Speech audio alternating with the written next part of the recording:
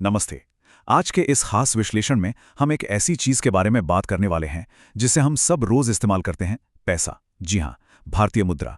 क्या आपने कभी सोचा है कि एक साधारण सा कागज का टुकड़ा इतना कीमती कैसे बन जाता है? कागज के एक टुकड़े से लेकर उन जटिल मैक्रो इकोनॉमिक नियमों तक जो इसे मूल्यवान बनाते हैं, ये पूरा सफर सच में हैरान कर देने वाला है। तो चलिए बिना किसी देरी के इस कागज के सफर और इसके पीछे के जबरदस्त अर्थशास्त्र को डिकोड करते हैं। अब सबसे पहला और सबसे आम सवाल जो अक्सर हमारे दिमाग में आता है, अगर सरकार के पास ही प्रिंटिंग प्रेस है तो वो बस रातों रात खूब सारा पैसा छापकर हम सबको अमीर क्यों नहीं बना देती, है ना? मजेदार सवाल। इस बड़ी सी आर्थिक पहेली का जवाब जानने के लिए हमें सबसे पहले ये समझना होगा कि आखिर ये पैसा छपता कैसे है। और यकीन मानिए, जैसे जैसे हम इस प्रोसेस को समझेंगे, इस सवाल का जवाब बिल्कुल शीशे की तरह साफ हो जाएगा। तो चलिए इसमें थोड़ी गहराई में चलते हैं। भारत में नोटों की छपाई मुख्य रूप से 4 खास जगहों पर होती है और इसका कंट्रोल 2 अलग-अलग बॉडीज के पास है। एक तरफ है वित्त मंत्रालय के अधीन काम करने वाली संस्था SPMCIL, जिसके प्रिंटिंग प्रेस नासिक और देवास में है, और दूसरी तरफ है रिजर्व बैंक यानी RBI की अपनी सब्सिडियरी BRBNMPL, जिसके प्रेस मैसूर और पश्चिम बंगाल के सालबानी में काम करते हैं। मतलब अलग-अलग अथॉरिटीज मिलकर हमारी करेंसी को आकार देती हैं। लेकिन यहाँ एक बहुत ही चौंकाने वाला फैक्ट है। भले ही ये हमारी अपनी भारतीय मुद्रा है, लेकिन क्या आप जानते हैं कि इन नोटों को छापने के लिए जो कागज इस्तेमाल होता है, उसका लगभग 80% हिस्सा जापान और UK जैसे देशों से इंपोर्ट किया जाता है। बिल्कुल सही सुना आपने। हालांकि भारत के होशंगाबाद में एक मिल है जो 20% स्वदेशी कागज बनाती है, लेकिन हमारी निर्भरता अभी भी विदेशी कागज पर बहुत ज्यादा है। और बात सिर्फ कागज पर ही खत्म नहीं होती। जाली नोटों या कहें नकली नोटों से बचने के लिए एक बेहद खास हाई सिक्योरिटी वाली स्याही का इस्तेमाल किया जाता है। और गेस कीजिए, ये इंक कहां से आती है? स्विट्जरलैंड से। वहां की एक खास कंपनी से इसे खास तौर पर इंपोर्ट किया जाता है। तो सोचिए, हमारी जेब में पड़ा एक साधारण सा दिखने वाला नोट असल में एक पूरा इंटरनेशनल सफर तय करके हम तक पहुंचता है। अगर हम थोड़ा इतिहास के पन्नों को पलटें, तो भारत में सबसे पहला नोट 1862 में ब्रिटिश सरकार ने UK में छापा था। इसके कई दशकों बाद 1920 में जाकर ये अहम फैसला लिया गया कि अब नोटों की छपाई भारत के भीतर ही की जाएगी। और फिर आया 1957 का वो बहुत ही क्रूशियल साल, जब न्यूनतम रिजर्व प्रणाली यानी मिनिमम रिजर्व सिस्टम की शुरुआत हुई। ये सिस्टम क्या है, इसके बारे में हम आगे बात करेंगे, लेकिन इसी ने हमारी आधुनिक अर्थव्यवस्था की मजबूत नींव रखी। अब एक बहुत ही दिलचस्प सी चीज देखिए। हमारे सिस्टम में अथॉरिटी का बंटवारा बड़ा यूनिक है। 1 रुपए का नोट इकलौता ऐसा नोट है जिसे सीधे भारत सरकार जारी करती है। इसके अलावा बाकी जितने भी बड़े मूल्य वर्ग के नोट हैं, जिन्हें हम असल में बैंक नोट कहते हैं, उन्हें पूरी तरह से भारतीय रिजर्व बैंक यानी RBI जारी करता है ना कमाल का फैक्ट? अब आप सोच रहे होंगे कि इन नोटों को छापने में आखिर खर्च कितना आता है।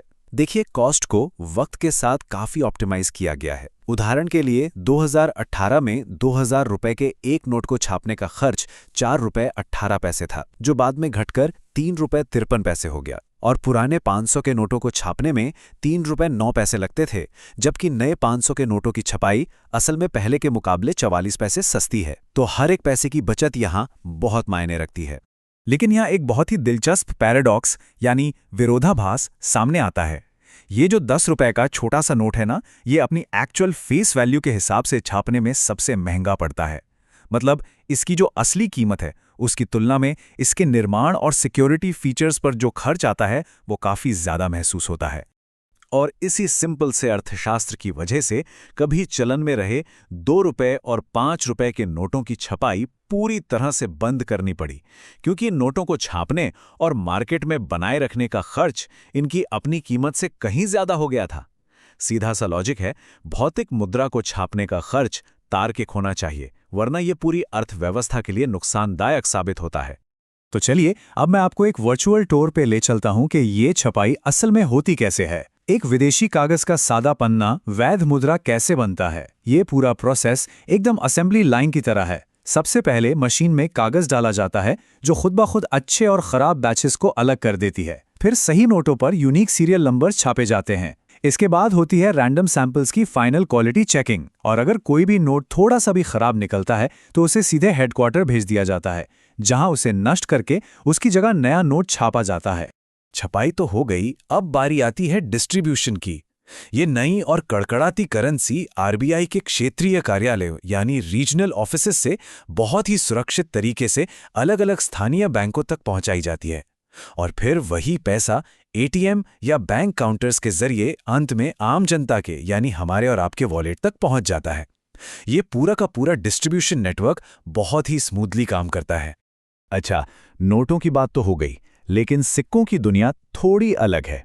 सिक्कों की ढलाई मुंबई, हैदराबाद, नोएडा और कोलकाता की 4 विशेष SPMCIL टकसालों यानी मिंट्स में होती है। हालांकि सरकार इन्हें ढालती है, लेकिन आरबीआई एक्ट की धारा 38 के तहत मार्केट में सिक्कों के सर्कुलेशन का पूरा कंट्रोल आरबीआई के पास ही होता है। कौन सा सिक्का चलन में रहेगा और कौन सा बैल होगा, ये तय करने की अल्टीमेट पावर सिर्फ और सिर्फ आरबीआई की है। अब आते हैं उस सबसे जरूरी पॉइंट पर। आखिर सरकार को बेतहाशा नोट छापने से रोकता कौन है? यहीं पर एंट्री होती है 1957 में शुरू किए गए न्यूनतम रिजर्व प्रणाली की। इस नियम के मुताबिक नई करेंसी छापने से पहले आरबीआई को अपने पास हमेशा कम से कम 200 करोड़ रुपए की संपत्ति का एक सुरक्षित रिजर्व बनाकर रखना ही होता है। यही वो रूल है जो हमारी अर्थव्यवस्था को बिना सोचे समझे पैसे छापने की तबाही से बचाता है। मतलब नोट छापने का फैसला यूं ही रातों रात हवा में नहीं लिया जाता।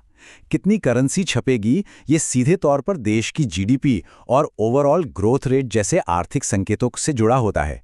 एक दिलचस्प बात बताऊं, आरबीआई स्वतंत्र रूप से 10,000 रुपए तक का नोट छाप तो सकता है, लेकिन ऐसा करने से पहले या किसी भी नए नोट की छपाई शुरू करने से पहले उसे सरकार के साथ बहुत ही गहन विचार विमर्श करना पड़ता है।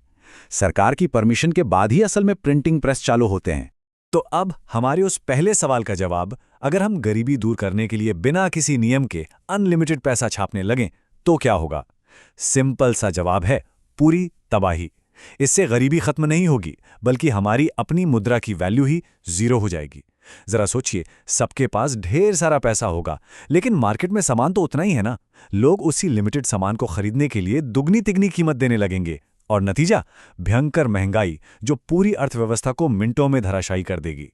तो कुल मिलाकर इस पूरे विश्लेषण से हमें यह समझ आता है कि किसी देश की असली संपत्ति विदेशों से इंपोर्ट की गई उस खास स्याही और कागज में नहीं है, बल्कि वो उस सख्त आर्थिक अनुशासन में है जो इस पैसे की सप्लाई को लिमिट में रखता है। यही वो नाजुक सा बैलेंस है जो एक कागज के टुकड़े को पैसा बनाता है और उसे उसका असली मूल्य देता है। तो अगली बार जब आप अपनी जेब से कोई नोट निकालें तो जरा सोचिएगा, क्या इस टुकड़े की असली कीमत कागज में है या उस अटूट भरोसे में जो हम सब इस सिस्टम पर करते हैं।